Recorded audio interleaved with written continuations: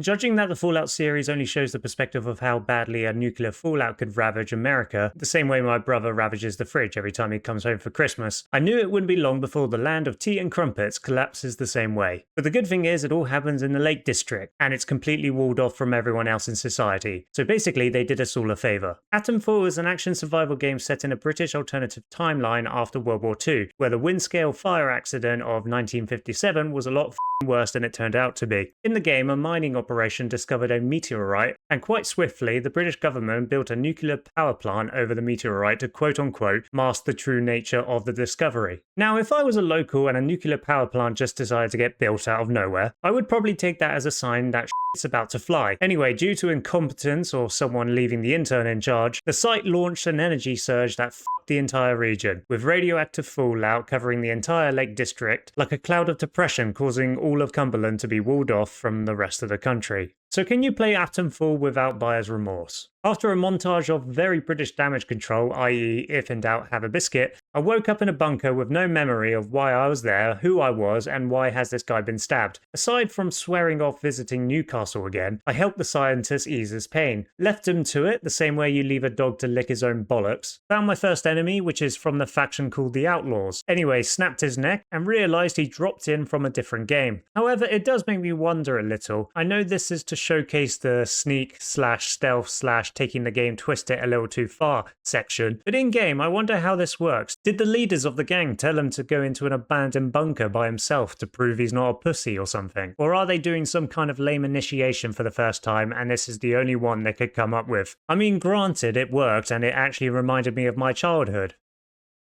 Moving on, I found the remains of a Discord mod with his famous last words. Found that famous red phone box everyone goes on about whenever mentioning Britain. Answered the phone, some man gargling about something called Oberon like a car driving down a gravel driveway. What the fuck are you on about? I just woke up. And he repeats the previous phrase. This is the epitome of dealing with your friends 6 pints deep at the Cock and Balls. I mean, the premise is interesting, so I carried on. Found a shotgun, spoke to a guy who had a guitar who didn't play Wonderwall, which is relieving, like when you hold your phone at a certain angle for the charging cable to work. I do like the idea of when pressing reload, if your magazine or whatever it is full, there's a neat little animation where you check the bullets. I don't know why that's fascinating, perhaps a sense of realism for those who have shocking memory retention. Anyway, Nat tells us that the world has indeed been bent over and given a proper nuclear seeing to, and informs us to go see the trader Molly. Found grass that was long enough to cover my entire body, when in reality it could only cover my fucking shins, unless it had been particularly moist the past 6 to 8 weeks. Found my first tripwire, and due to me not knowing how to disarm the tripwire,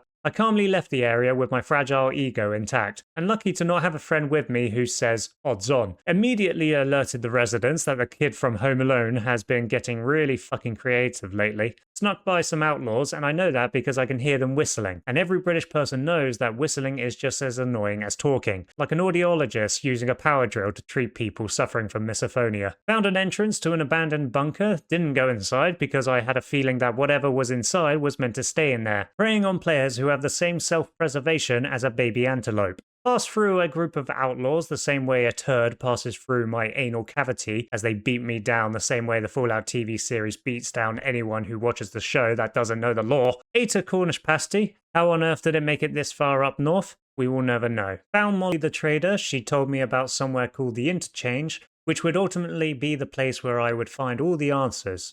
Probably. Found the fast travel section of the game, which I thought was pretty neat, to have an actual in-game mechanic for getting around instead of just teleporting from one place to the other, like a bus driver suffering from schizophrenia. Found a sewage tunnel, found a dead body, found what killed them. Apparently they are called a swarm, and by the looks of them, they are overgrown leeches who've figured out human beings are selfish buggers, hoarding all their blood for their own benefit. Walked past a loudspeaker that said the village behind the wall is protected by quarantine protocol, which are just a group of military personnel who are slightly against concentration camps and more towards the please go to bed, it's 10 in the evening. Came across some more outlaws. One of them put their hands up to show that she absolutely had the capability to hold a weapon, so I shot her in the face. And I could tell this group was different since they are so threatening that they accidentally set themselves on fire to assert dominance. Found the most stable shed ever to exist. Found the interchange, opened the vault, realised how Chris McCausland felt, killed some bats. After stumbling around in the dark like an inexperienced person trying to navigate their way through an orgy, I crawled under the shutter and found what looks like to be the main control room. And I know this because it's an open area, 90% of the surface area is glass, there are 2 dead bodies, and everything is broken. Heard Gravelman's voice again. He said perception is key, and I disagree. Quite clearly the key is some kind of atomic battery. On the way out of the facility, found some more outlaws and introduced them to a pineapple with 57 grams of flaked TNT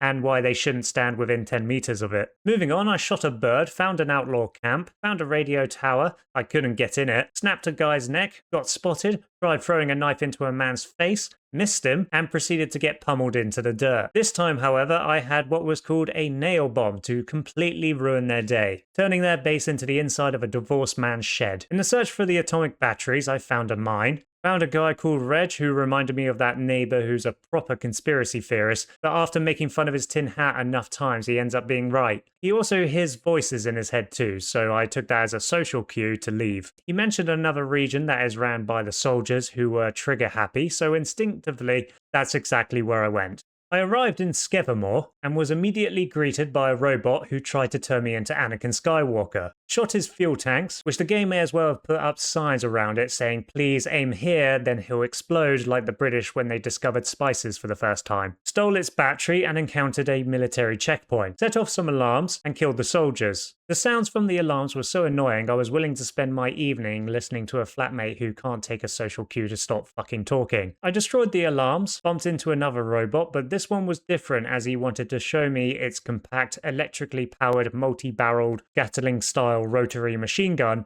and mowed me down like I was a luscious lawn on a Sunday morning. Cleared the checkpoint again, stabbed the alarm to death, avoided the robot with 0 safety measures installed, snuck past a heavily armed facility, snuck past a dead cow, which is clearly a sheep, exploded in my face, yet I still managed to stay undetected. Shot a guard so I could eat his Cornish pasty, and no other reason. This, however, led to a big shootout between me and literally every enemy on the map. After starting up this utter farce, I simply looked within, to my heritage, the red, white, and blue of the country that I love, and so I ran away. I encountered some prisoners who I think were running away, but couldn't be sure. The guard said hi, I said hi back, and then I got shot in the face. Found a fast travel station, went back to the trader. She had a very articulate training manual that will unlock skills for my character, and I tried trading it for an axe, and I booted up some of the data stores sections in the interchange. I crawled out to the entrance area of the interchange, but the security system I turned on realized I wasn't on the whitelist. I filed their P45s and allowed them to retire. Since I powered up 2 of the 4 data stores,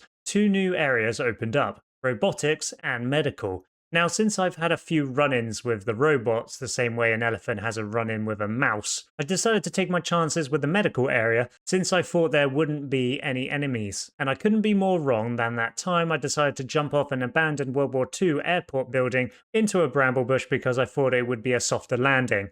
I'm not joking, I actually did that because I was promised 50 quid, which I still haven't fucking seen in 15 years. I cleared out some office areas that had feral ghouls roaming around. I pulled out my gun, noticed there was no ammo in it, clearly showcasing that these mutated zombie-like creatures can tell when a revolver isn't loaded, so I guess I have less brain power than a zombie, so that's a bit depressing. I finally found the entrance to the medical area, which took me way too long because I forgot this game doesn't believe in waypoints and simply tells me, well, I don't know, just remember where you've been, you absolute tit. Which I was completely fine with, I'm just surprised not a lot of games do it more often. Upon entering the medical section, this was an area that I found really creepy, probably because of the inherited spookiness that is abandoned medical facilities, but it's these mind-controlled entities that don't run after you, but simply stroll towards you menacingly. And it scared the shit out of me. Also, whenever I had to craft more bandages, since these guys hit you harder than that one brownie you ate at a party that your mate promised didn't have anything in it, the game doesn't pause.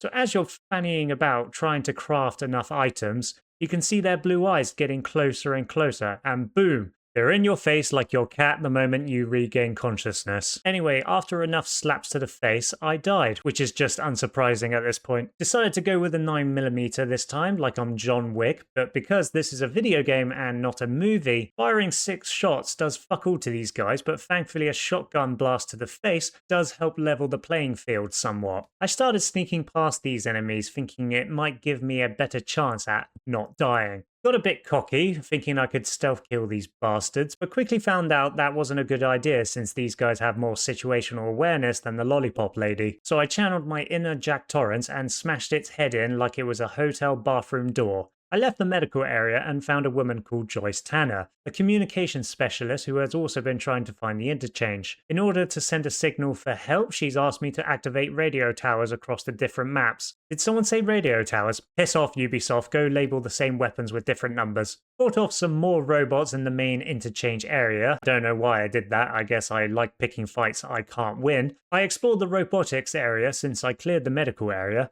and luckily not nearly as terrifying, except from killing off a few rats like if Tarantino directed Ratatouille. Activated the area, learnt about a thing, and a security robot started patrolling around. Now this would have been fine if I had enough ammo and or weapons. I shot a few times, didn't work. I threw a grenade, that didn't work, so I decided to go full kamikaze and charge the robot with nothing but an axe. And I won! I left the area and went to activate Joyce's radio towers. I found a note that led me to a keycard to activate one of them, so that's where I went.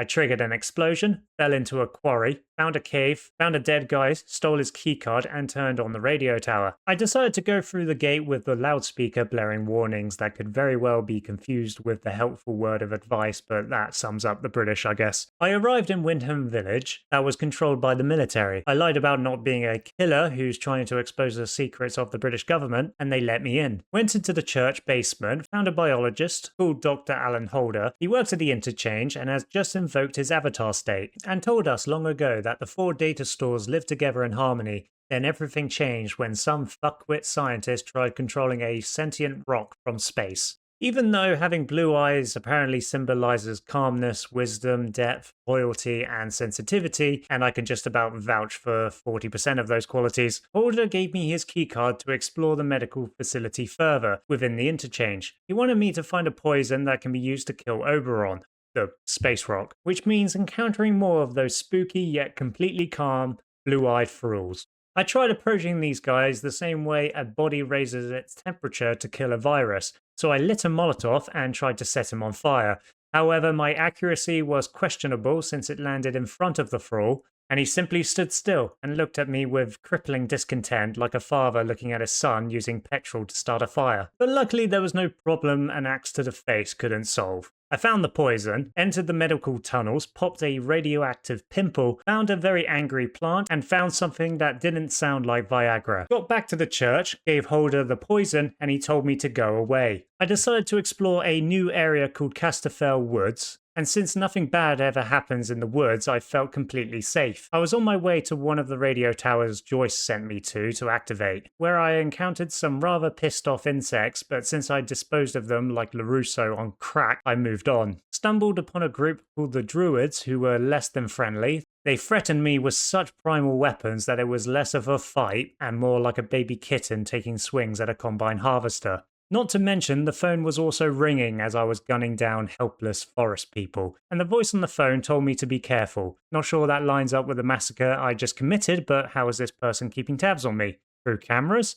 Did they have security cameras in that time? Probably. But then again, they got giant robots with machine guns walking around, so what do I know? Someone threw a jar they bought off Gwyneth Paltrow, got the keycard for the radio tower from a bunker, went back to the radio tower and turned it on. Found an old woman and aimed my bow at her for giggles. She's called Mother Jago. She provides natural remedies and stuff like that. Gave her the growth stimulant, stop laughing, in return for a really weird storyline. She told me to go to some effigy owned by the Druids and make an offering for some answers. I guess with what I can only imagine to be a bouquet of flowers, will make them forgive me for taking out an entire generation. Regardless, I made the offering after placing it in the wrong place several times, like it was my first day at a new job. The answers ultimately didn't come for free, as they wanted me to be one with the soil, whatever that means. I'm betting that these guys were never going to give me straightforward answers, and I didn't want to spend the rest of my time doing busy work for the Ground Force TV show. I wanted to leave. I had to talk to Mother Jago and explain my situation. She asked me to join the cult, and I said no, and she then tried to stab me in the gonads. So I killed her, stole her shit, and ran away. And definitely didn't attack the druid fort she told me about and kill everyone inside like I was Uther Pendragon. No, I would never do that.